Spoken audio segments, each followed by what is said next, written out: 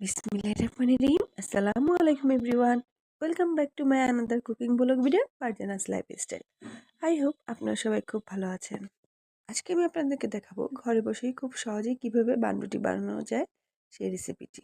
So let start. আজকে আমি ওভেনে না চুলায় করে দেখাবো।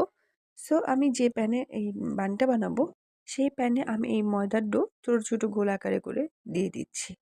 এই ডোটা আমি সেম প্রসেসেই বানিয়েছি। আমি রিসেন্টলি যে আমার একটা ভিডিও পোস্ট করেছিলাম পকেট শর্মার, সেভাবেই ডোটা করা। এর জন্য ডোর ভিডিওটা আমি দেখালাম না।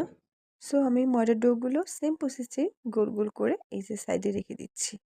আর এগুলো দেওয়ার সময় খেয়াল রাখতে হবে মাঝে যেন জায়গা ফাঁকা থাকে, কারণ এগুলো ফুলে ফেপে অনেক বড় হয়ে যাবে। এই তো কিছু সময় ঢাকনা দিয়ে ঢেকে রাখার জন্য এগুলো এইরকম ডাবল হয়ে গেছে। মাশাআল্লাহ, দেখতে খুব ভালো লাগছে। এখন এর উপরে আমি একটি ডিমের কুসুম ভেঙে এই যে হালকা ব্রাশ করে দিচ্ছি। তো সবগুলো বানের উপরে আমি এভাবে ব্রাশ করে দিব। দেন এর উপরে আমি এখন কিছু তিল ছিটিয়ে দিব, তাহলে এটা দেখতে আরো বেশি ভালো লাগবে। এখন থেকে ঢাকনা দিয়ে ঢেকে আমি এখন চুলায় বসিয়ে দেব একদম লো হিটে বানটা কুক হওয়ার জন্য। ফিরে আসছি কিছু সময় পরে। আমি ঢাকনাটা তুলে দেখছি আসলে কতটা কেমন হয়েছে। মাশাআল্লাহ, দারুণ একটা কালার এসেছে। তো আমি বানটাকে উল্টিয়ে আবার একটু কুক করে নিয়েছিলাম। তো এই হচ্ছে আমার বানের ফাইনাল লুক। হাইবার কেমন হয়েছে আমার এই বান রুটিটা অফকোর্স কিন্তু কমেন্টস করে জানাবেন। ভালো থাকবেন। Thank you for watching. আল্লাহ হাফিজ।